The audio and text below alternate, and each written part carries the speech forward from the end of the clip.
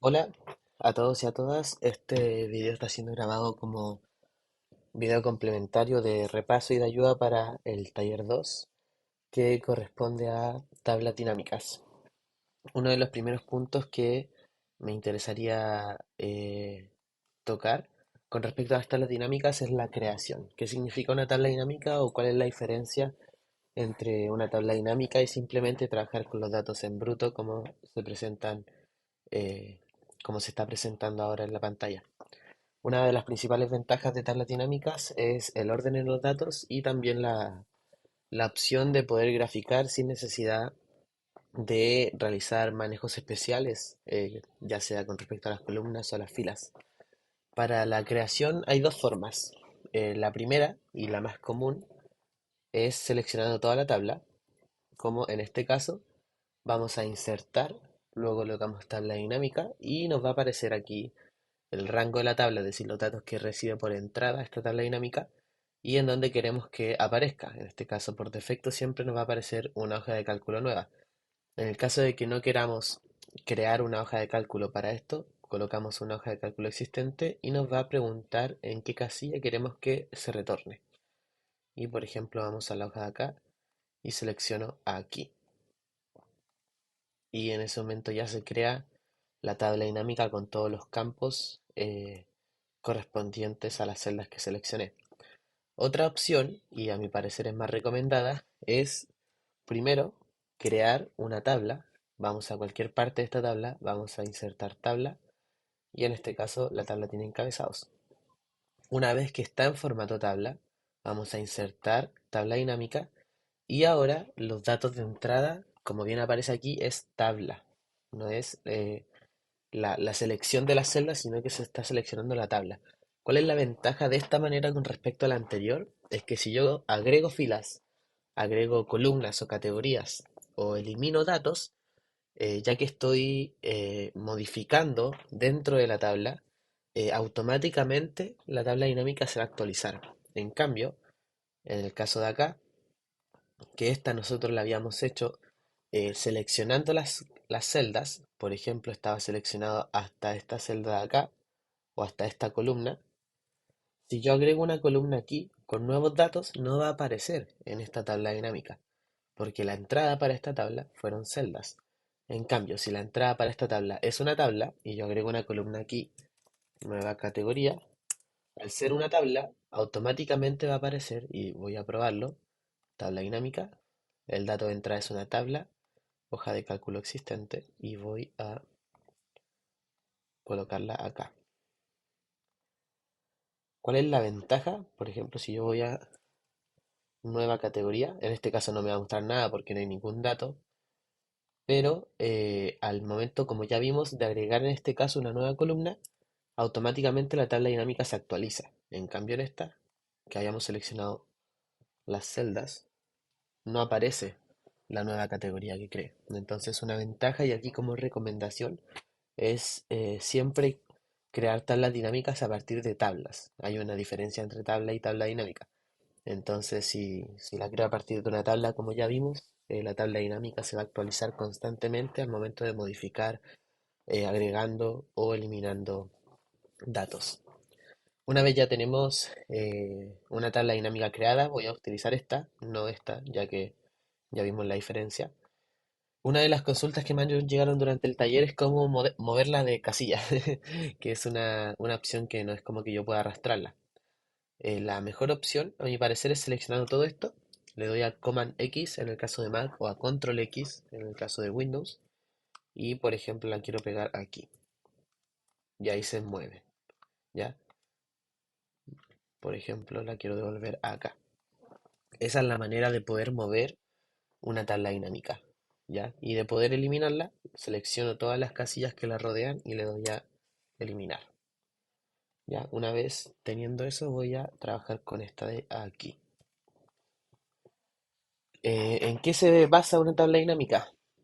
La idea de esto es ir agregando las categorías, que son las columnas en este caso de la tabla anterior, ir agregándolas en estas cuatro casillas que se muestran en la parte inferior derecha de la pantalla y dependiendo de lo que nos estén pidiendo o lo que queramos obtener, vamos a ir colocándola en una de estas cuatro casillas. Un ejemplo típico para ver cuál es la mayor utilidad de tablas dinámicas. Por ejemplo, voy a agregar el primer nombre de empleados. Me va a aparecer todas las etiquetas, digamos, del primer nombre. Y ahora voy a agregar el ID de empleado en valores. Y, por ejemplo, voy a agregar el eh, departamento en columnas. ¿Ya? ¿Qué es lo que quiero mostrar con esto? Si bien esta tabla lo que me está indicando, en este caso en la fila están todos los nombres de los empleados, en las columnas están todos los departamentos y en la parte inferior derecha que dice sumatoria de valores se me está presentando el ID del empleado en formato suma. Ya vamos a entrar a ver qué significa eso que está en formato suma. Pero me queda una tabla como esta, que a la vista no es agradable para poder entender qué datos se están utilizando. Entonces, la primera lección de tablas dinámicas es que no es tan solo llegar y arrastrar la categoría que se nos ocurra a cualquiera de estos cuatro espacios, sino que hay un poco de manejo. Ya vamos a ver, por ejemplo, sobre todo en este espacio de acá abajo a la derecha, hay un poco más de manejo con respecto a los datos o a las categorías, y no es tan solo arrastrarlas. Una de las cosas que me interesa tocar en este caso, por ejemplo, tengo el empleado ID.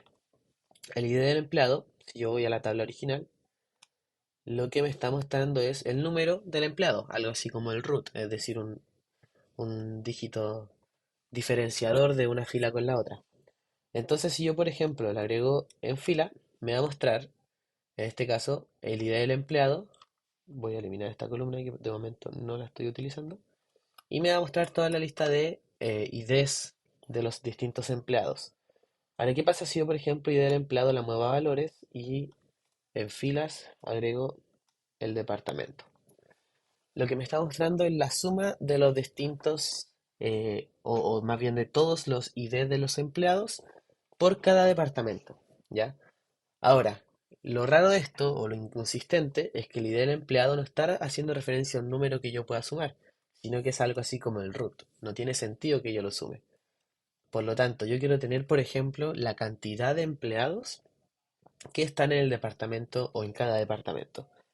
Voy aquí abajo a la derecha, en donde aparece como suma de ID de empleado. Por defecto siempre va a aparecer suma, y en este caso, como el ID del empleado es numérico, ¿ya? Por defecto también los va a sumar, lo cual no tendría sentido de acuerdo a la naturaleza de los datos. Entonces, si yo, por ejemplo, voy aquí abajo a la derecha, a este punto de interrogación, dependiendo si están en Windows o en Mac, creo que en Windows es clic derecho y configuración de campo, ¿ya? En Mac también se puede hacer clic en esa I que aparece ahí. Aquí están todos los datos, por ejemplo, o las formas en las que yo puedo mostrar el ID del empleado. En este caso, por defecto aparece suma. Yo quiero, por ejemplo, contar cuántos empleados hay para cada departamento, sería recuento. Y me aparece que en total hay 311 empleados y ahí aparece la distribución de cada uno por su departamento. Calcular el promedio no tendría sentido, porque como ya dijimos, si bien es un dato numérico, no está hecho para que sumemos o hagamos cálculos sobre esto, ya que es un dígito o, o una categoría identificadora. Lo mismo para el máximo y el mínimo, no tiene mucho sentido. Y bueno, hay producto, contar números, calcular varianzas y desviación estándar tampoco. ¿Ya? Otra manera de mostrar, por ejemplo, con recuento, es mostrar como porcentajes. Y esto es algo que se trabajó mucho durante el taller. Por ejemplo, quiero mostrarlo porcentajes del total general. Y me va a aparecer el porcentaje de empleados para cada departamento con respecto al total. Por ejemplo, el departamento de producción tiene o cuenta con el 66,88% de los empleados. Es algo que se trabaja mucho con respecto a porcentajes. Y por ejemplo, ahora quiero agregar eh, la satisfacción, no, el, no recuerdo cómo se llamaba la columna, acá, por ejemplo, según su sexo. Entonces, si yo agrego según el sexo en la fila, se ve una tabla que a la vista, la verdad, no es para nada agradable. Entonces acá siempre la lección es que cuando yo trabaje con dos categorías, idealmente una en la fila y otra en la columna, y es mucho más agradable visualmente. Ahora, ¿qué pasa si yo, por ejemplo, quiero agregar también el estado en donde se encuentra? Si yo lo agrego en filas, se ve también poco agradable a la vista. Si yo lo agrego a columnas, se ve, no sé si más o menos, la verdad, depende del criterio de cada uno. Pero en este caso yo puedo ir jugando con las distintas formas de mostrar los datos, cosa de que quede, ojalá, lo más agradable. En este caso puede ser ahí, o como estaba antes, así. Y ahí depende de cada uno cómo le acomode. Pero en este caso ya tengo tres categorías, por lo tanto sí o sí no va a ser una tabla tan agradable visualmente como puede ser algo así. ¿Ya? Como recomendación, y es porque la verdad siempre lo he visto así, esto no está escrito en ninguna ley de tablas dinámicas, siempre que esté trabajando con una sola categoría, ojalá en fila, ya que una tabla así, a mi parecer, es más agradable que una tabla así. Por lo tanto, eso es una recomendación, pero no es algo que sea ley de ninguna manera. ¿Ya? Y por último, bueno, aquí cada uno podrá realizar el taller y ver las distintas, aquí hay muchas categorías, las distintas cosas que se nos pueden ocurrir. Por ejemplo, si quisiese encontrar el departamento con mayor salario promedio, voy aquí, coloco promedio y en este caso voy a ordenar desde descendente según el promedio del salario y me va a ordenar de forma descendente según el salario promedio y aquí está que este departamento es el que tiene mayor promedio de salario con respecto a los demás. De la misma manera, por ejemplo, de forma ascendente para mostrar el menor, ¿ya? Una de las últimas cosas es, por ejemplo, si quisiese solamente colocar los empleados activos, ¿ya? En este caso, los empleados no activos están con un uno en esta tabla y los empleados activos están con un cero.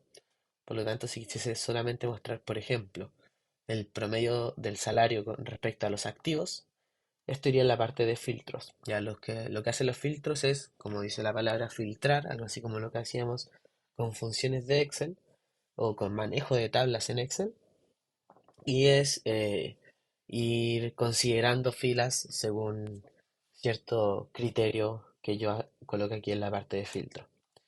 Por último, y ahora sí, otra de las ventajas que nos da las tablas dinámicas es poder graficar sin la necesidad de manipular los datos. Cuando uno hace un gráfico, por ejemplo, directamente desde la tabla tiene que seleccionar la columna, luego seleccionar la otra y luego ir a la parte de graficar. En este caso, si yo hago un gráfico, en este caso gráfico dinámico, ya, aquí me aparece por defecto un gráfico de barras y algo así. Entonces yo modifico cualquier criterio y automáticamente el gráfico se va a modificar. Bueno, ahí no se modificó tanto por los datos, pero ahí, por ejemplo.